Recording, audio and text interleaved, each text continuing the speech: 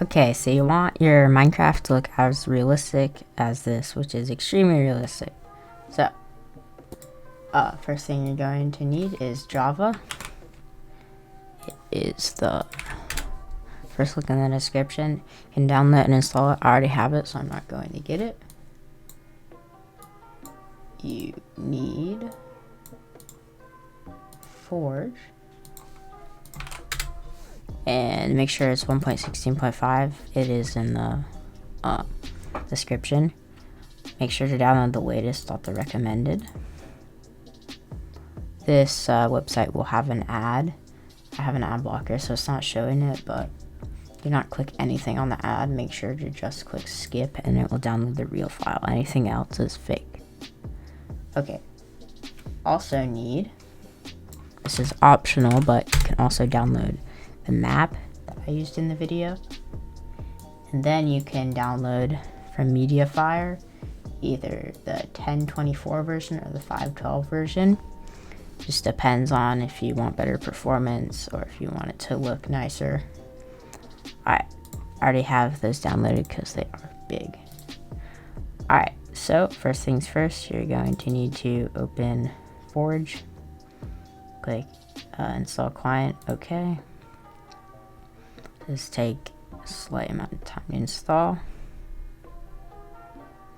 Okay, it is installed now. Alright, so we're now going to press Windows key R, go to %, app data %, then go to .minecraft. I'm sure all of you know how to get into .minecraft. I just need to show the newbies just in case. Alright, so I'm going to extract the map first. And the map is right here, so we can just go into saves if I can find it and drag this in. I already have it, and it's going to tell me to place it. Alright, now depending on which one you want to use, I'm going to use the 1024 one, so I'm going to extract this one. You don't need to download both of them, just download the one you want to use. It's take a decent bit of time because it is a big file.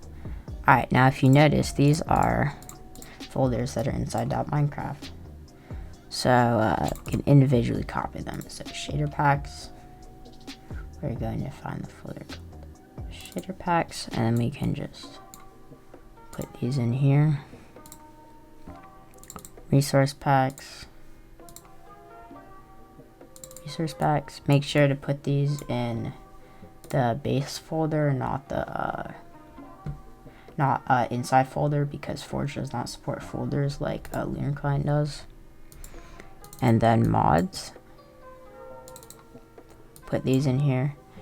Make sure to delete any other mods you have in here before you put these in here if you use Forge a bunch, because otherwise it will crash the game and it won't work. If any of these folders are not showing up in here, you can just manually create them. Just get a new folder and you can just copy the names of things. Make sure to not put any uppercase or it won't work. Make sure it's all lowercase. Alright, once we have copied all of those, you need to open the Minecraft launcher.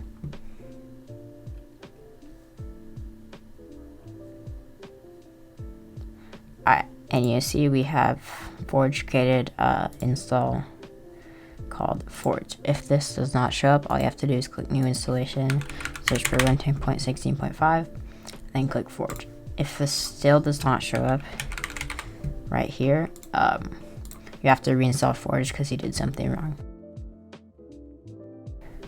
Alright, now we won't click on play yet. Now we're going to click on edit, and then click more options. Then we need to change how much RAM is allocated so the game won't crash when on the textures. If you're using the 512 version, this will be 6 for you. If you're using the 1024 version, this will be 8. If the game still crashes with this amount of RAM, I would just add a 2 and see if that works. Also, if you do not have enough actual RAM on your system, I don't know what you're doing having 8 gigs of RAM with a GPU that can actually run this. So yeah, let's click save and play. It might give you a warning first time, just click play. And once it launches, it will take a bit to load because Forge is slow, but it will load eventually.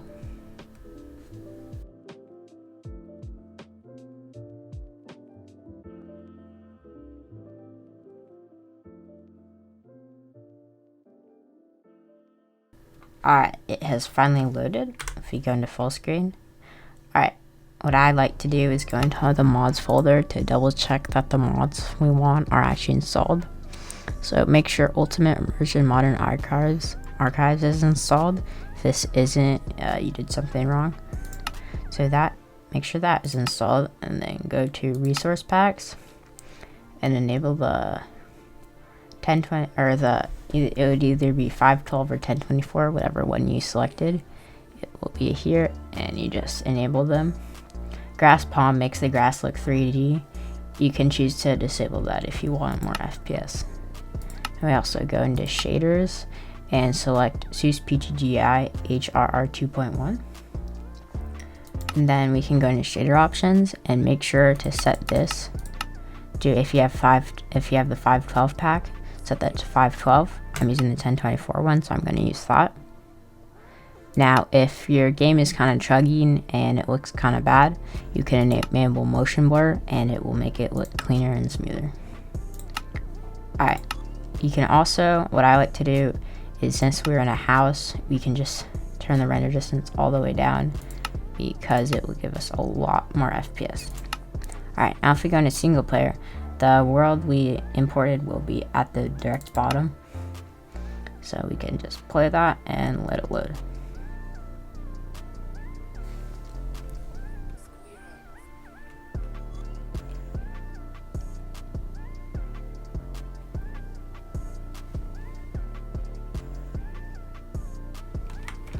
And we are in. As you can see, this is the world and realistic mod and everything. And actually, if we go to here, it says actually the thumbnail and what I showed you before. I did not clickbait you. You're welcome. Anyways, yeah, it looks extremely realistic and very nice. So, if this tutorial worked well and you liked it, consider subscribing and leaving a like.